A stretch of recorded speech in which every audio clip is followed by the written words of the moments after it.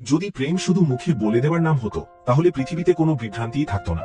তাহলে মানুষ বছরের পর বছর ধরে কারোর আচরণ বোঝার চেষ্টা কেন করে? কেন কারোর একটি ছোট্ট হাসি সারা রাত মনে থেকে যায়? কেন কারোর উপস্থিতি কোনো কথা না বলেও হৃদয়ে আলোড়ন সৃষ্টি করে? কারণ প্রেমের জন্ম শব্দে হয় না, শব্দ তো অনেক পরে আসে। প্রেম প্রথমে শক্তি হয়ে প্রবাহিত হয়, তারপর ইঙ্গিত হয়ে ওঠে এবং শেষে কখনো কখনো ভাষার রূপ ধারণ করে। আর একজন নারীর প্রেম তো আরো রহস্যময়। পুরুষ সাধারণত সরল পথে চলে, তার যা বলার থাকে সে কোনো না কোনোভাবে বলে দেয়। কিন্তু নারীর হৃদয় একটি গভীর সরোবরের মতো। তার ওপরিভাগ শান্ত দেখায়, অথচ ভেতরে অসংখ্য তরঙ্গ চলতে থাকে। সে অনেক সময় ভালোবাসে কিন্তু বলে না, সে অনুভব করে কিন্তু স্বীকার করে না। সে নিজের ভেতরে একটি সম্পূর্ণ জগৎ গড়ে তোলে, আর সামনের মানুষটি সেই জগতের দরজাও দেখতে পায় না। এই কারণেই হাজার হাজার পুরুষ সারা জীবন একটি প্রশ্ন নিয়েই ঘুরে বেড়ায়, সে কি সত্যিই আমাকে ভালোবাসতো? তার আচরণের মধ্যে কি কোনো ইঙ্গিত লুকিয়েছিল যা আমি বুঝতে পারিনি? তার নীরবতা কি সত্যিই নীরবতা ছিল, নাকি তার ভেতরে কোনো অপ্রকাশিত গান প্রতিধ্বনিত হচ্ছিল? কিন্তু এখানে সতর্ক হও, প্রেমকে বোঝার যাত্রা খুবই সূক্ষ্ম।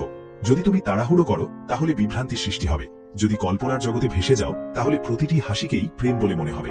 তাই আজ আমাদের অত্যন্ত সচেতনভাবে দেখতে হবে, যখন কোনো নারী না বলে ভালোবাসে তখন তার ভেতরে কি ঘটে, তার আচরণে কোন সূক্ষ্ম পরিবর্তন দেখা যায়, কোন কোন ইঙ্গিত শব্দের চেয়েও বেশি সত্য। কারণ যে প্রেমকে শুধু কানে শুনতে চায় সে প্রায়ই প্রতারিত হয়, আর যে প্রেমকে চোখ, অনুভূতি এবং সচেতনতার মাধ্যমে পড়তে শেখে তার কাছে নীরবতাও কথা বলতে শুরু করে।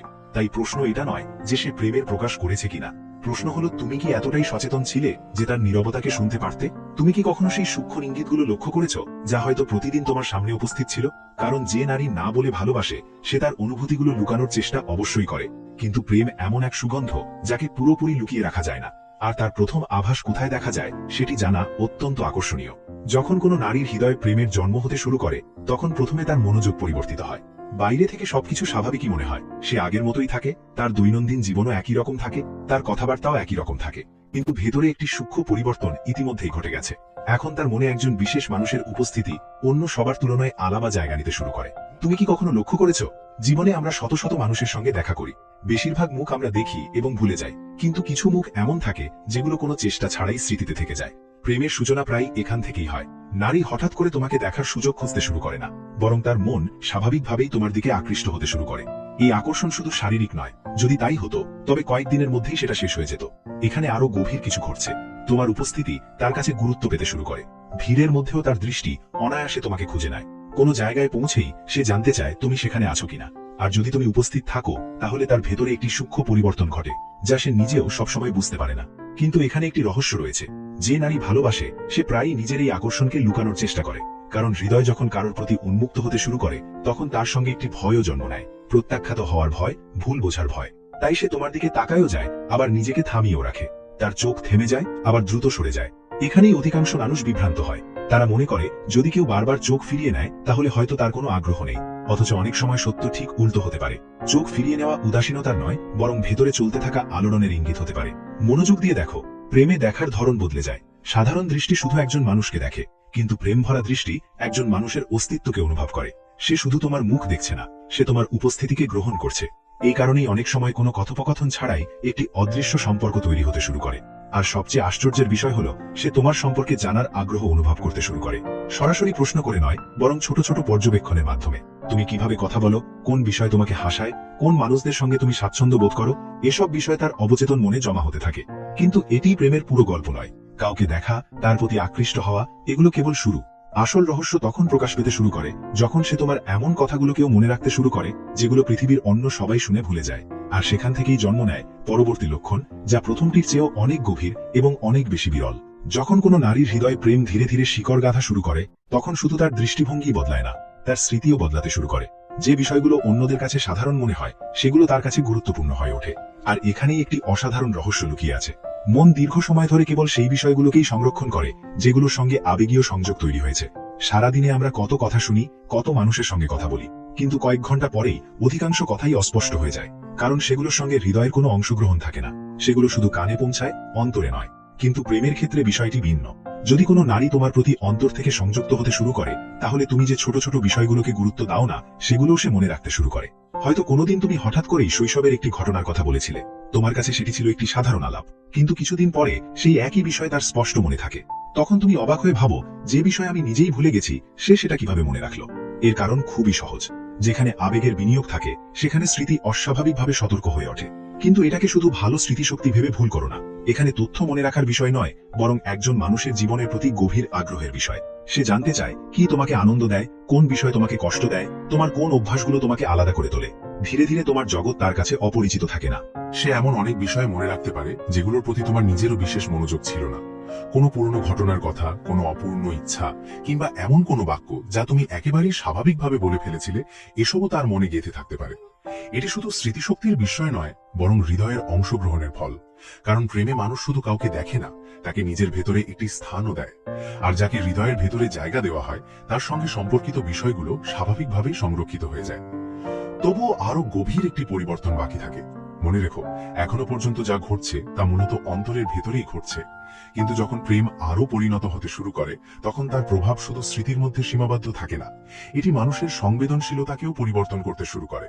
তখন অন্য একজনের আনন্দ আর শুধু তার নিজের আনন্দ থাকে না, তার কষ্ট আর শুধু তার নিজের কষ্ট থাকে না। এখান থেকেই প্রেম একটি নতুন মাত্রায় প্রবেশ করে, আর পরবর্তী লক্ষণ সেই রহস্যেরই দরজা খুলে দেয়। যতক্ষণ প্রেম শুধু আকর্ষণ, ততক্ষণ মানুষ অন্যজনকে দেখে, তার কথা ভাবে, তাকে মনে রাখে। কিন্তু যখন প্রেম আরো গভীর হয়, তখন একটি বিস্ময়কর ঘটনা ঘটে। অন্য মানুষের অনুভূতিগুলো তোমার ভেতরেও প্রভাব ফেলতে শুরু করে। এটাই সেই মুহূর্ত যখন প্রেম আর শুধু পছন্দ বা টান হয়ে থাকে না, বরং একটি জীবন্ত সম্পর্কের রূপ নেয়।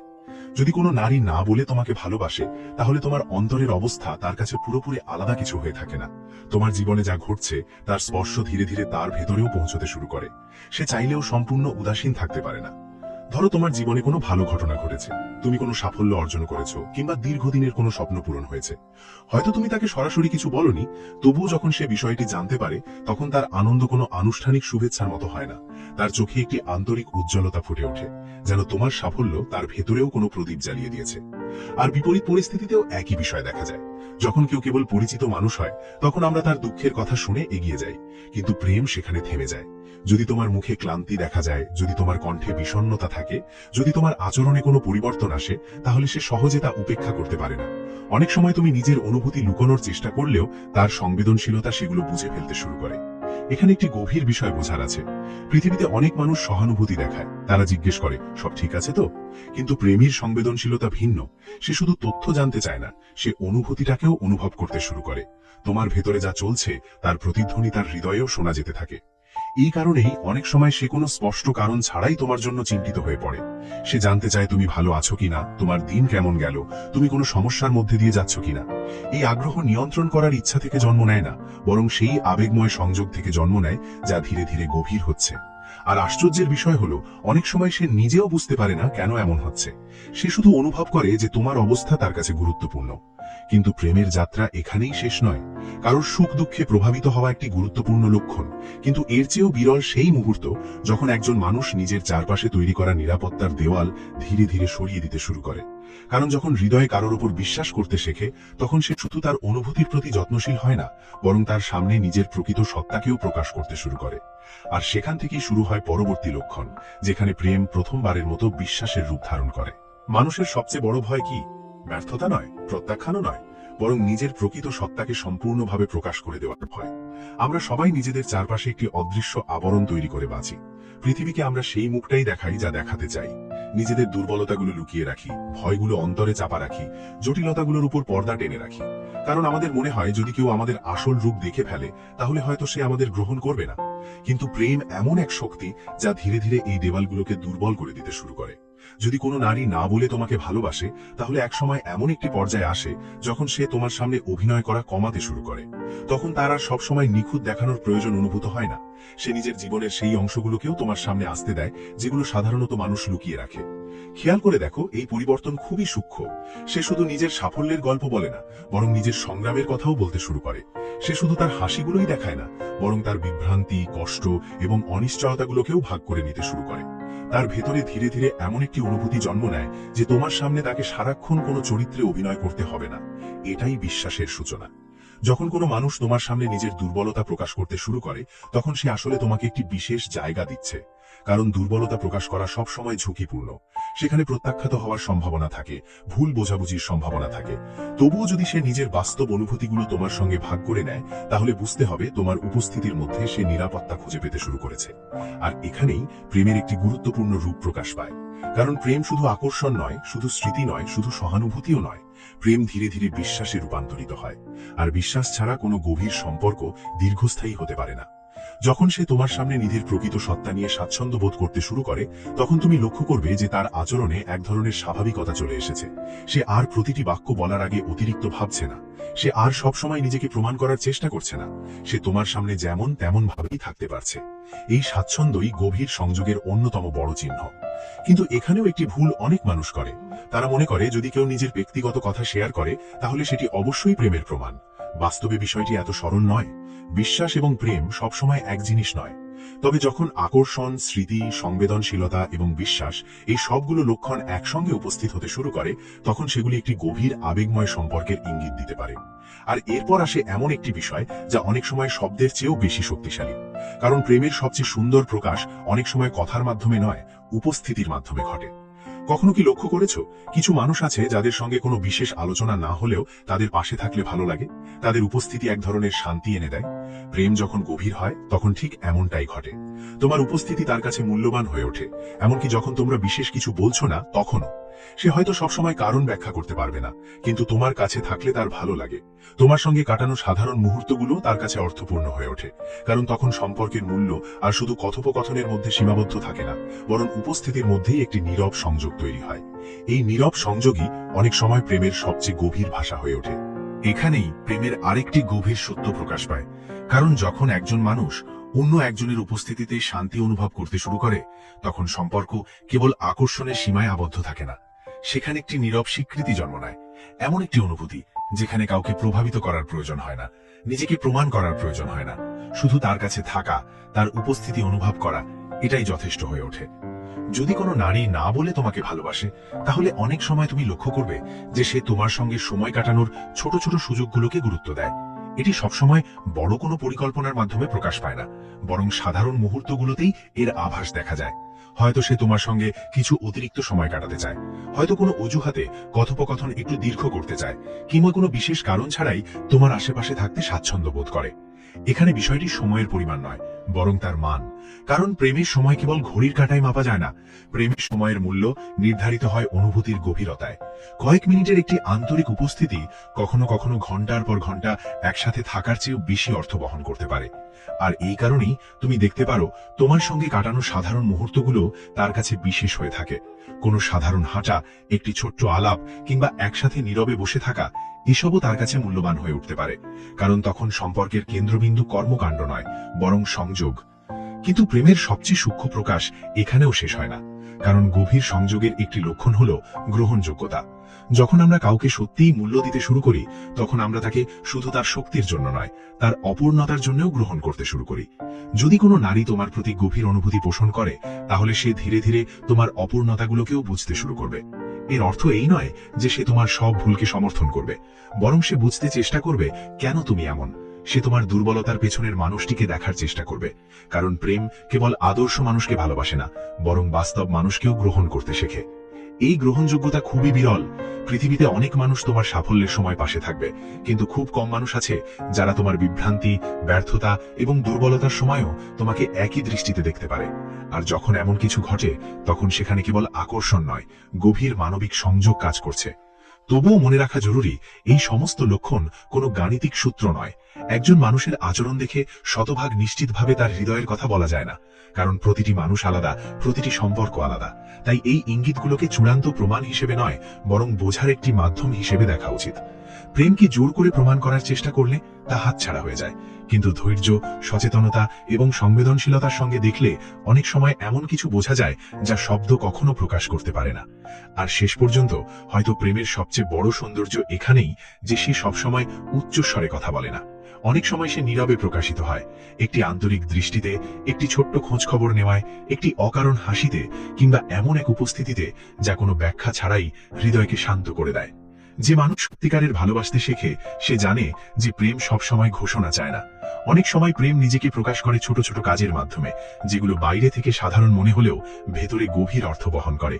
একটি আন্তরিক খোঁজ নেওয়া, কোনো কঠিন সময় নীরবে পাশে থাকা, কিংবা এমন একটি হাসি যা কোনো কারণ ছাড়াই হৃদয়কে হালকা করে দেয়, এসবই কখনো কখনো হাজারো শব্দের চেয়েও বেশি শক্তিশালী হয়ে ওঠে। যদি কোনো নারী না বলে তোমার প্রতি আকৃষ্ট হয় বা তোমাকে ভালোবাসতে শুরু করে, তাহলে তার অনুভূতি সবসময় নাটকীয়ভাবে প্রকাশ পাবে না। অনেক সময় সে নিজেও তার আবেগকে পুরোপুরি বুঝতে পারে না। সে শুধু অনুভব করে যে তোমার উপস্থিতি তার কাছে গুরুত্বপূর্ণ, তোমার সুখ তাকে আনন্দ দেয়, তোমার কষ্ট তাকে স্পর্শ করে, আর তোমার অস্তিত্ব তার দিনের একটি অংশ হয়ে ওঠে।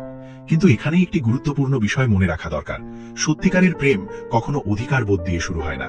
এটি নিয়ন্ত্রণ করতে চায় না, কাউকে নিজের মতো করে গড়ে তুলতে চায় না, বরং এটি অন্য একজন মানুষের স্বাধীনতাকে সম্মান করতে শেখায়।